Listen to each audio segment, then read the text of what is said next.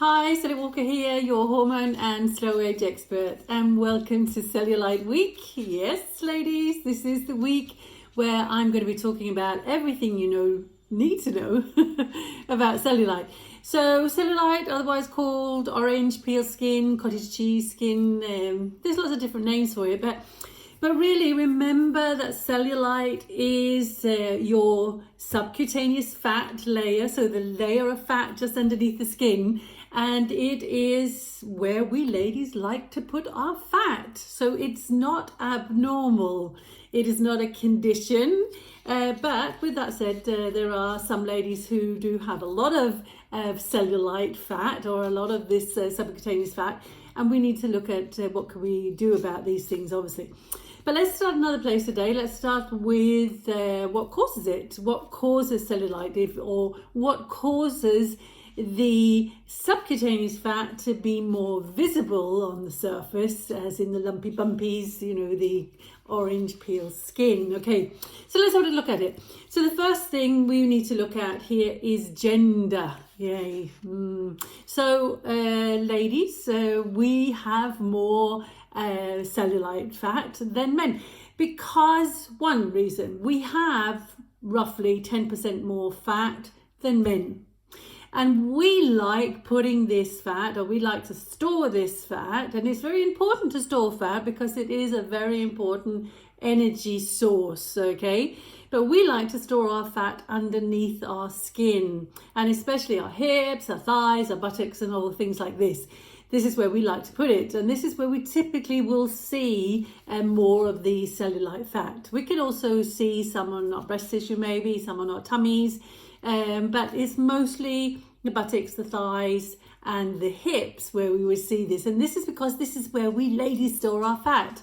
So what about the boys? Where do they store their fat? Well, they store their fat on their tummies, or rather they store it around the organs.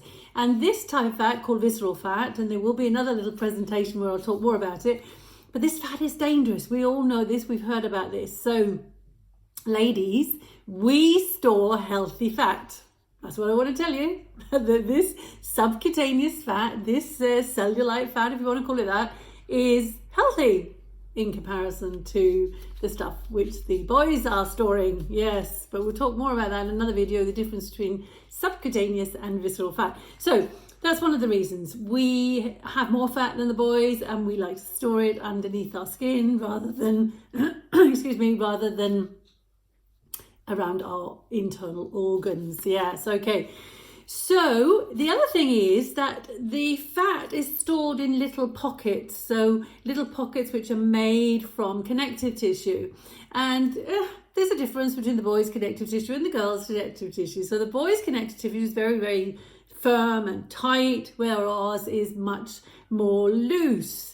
Now, logically here, that makes sense because we're going to store more fat because we're ladies.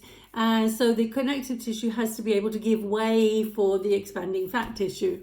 And that expansion in this connective tissue gives the wiggly woggly, bumpy, lumpy, orange peel like effect, if you like. Okay, so that's another important thing. The boys have got very much stronger, tighter connective tissue, so they don't tend to get the lumpy bumpies, but we do because ours is looser.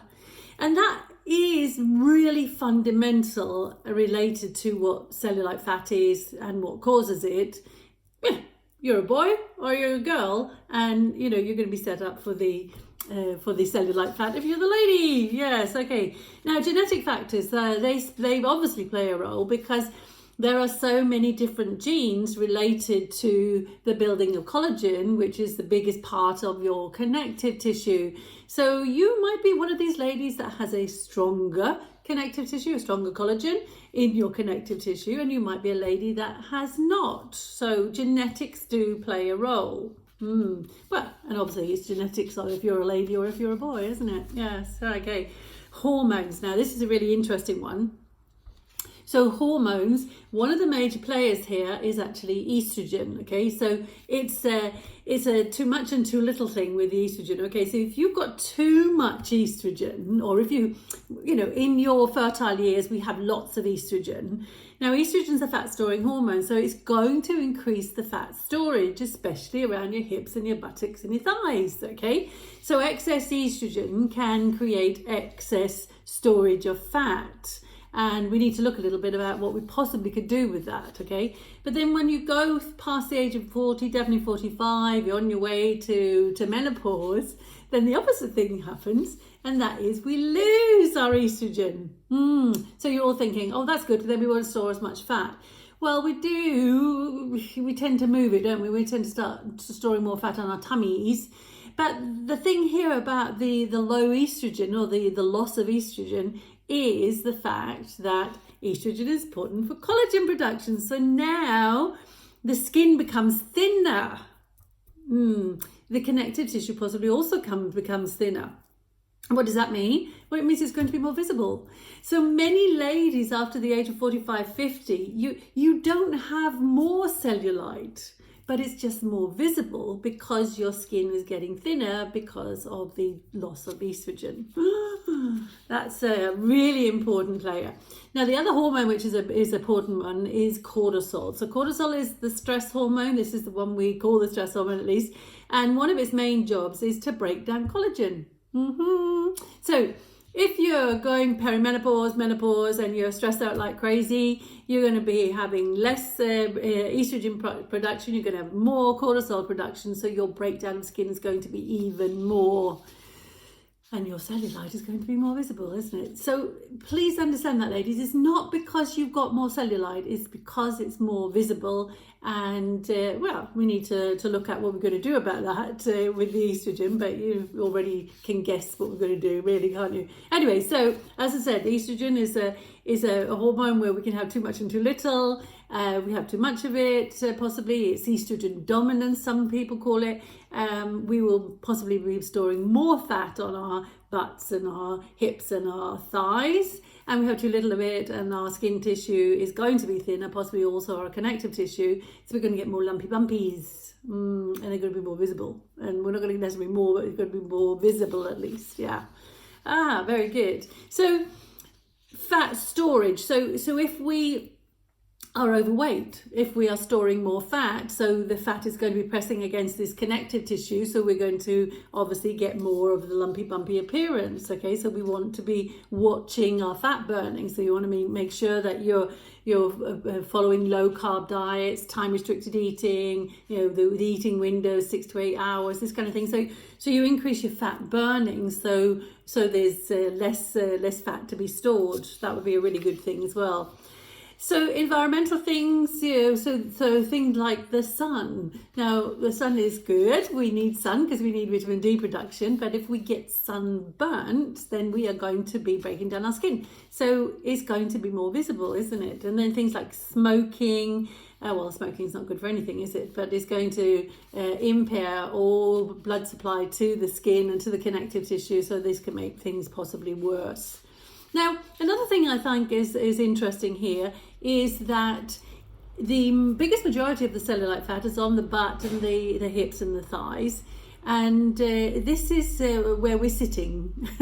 So lack of movement. So we're sitting all day long, many sitting in offices, sitting in front of the computers, etc. So we're not moving that part of the body. We're not stretching the tissue. We're not contracting the tissue. So the blood supply is becoming stagnant. So this is also something when we look at how we're going to treat the cellulite, or how we're going to care for the cellulite, as I'd rather call it. Movement is a very important one. Yeah. So if these fat cells, if there's lots of, or the fat cells are very big within the connective tissue, they can also squeeze the microcirculation. So the tiny blood vessels, the tiny lymph vessels, they can get squashed. So we don't get nutrients to the cells, and we don't get the waste products removed, and we get a buildup of the lymph, or the tissue, the fluid between the cells that we call it lymph, and we can get a build-up of that. So we need to help this by creating movement in different ways, and I'll look at these, or I'll tell you all about these as we come to what are we going to do about how we're going to care for our cellulite. Okay, so that's sort of the causes, but as I said, the most important cause is being a woman. Sorry about that, ladies. And remember, cellulite is not a disease. It is not something that you are trying to find a cure for. It is something that you need to look after, to care for, but a lot of the time is something you're going to have to learn to live with, because being a woman means that we pack more fat underneath our skin. And remember, this fat is healthy. So perhaps we should start thinking about this fat as being happy, healthy fat instead of something called cellulite. Okay, that's me for today. Hope you've enjoyed this little explanation about what could cause the happy, healthy fat. And I will see you next time. Happy hormones, happy life.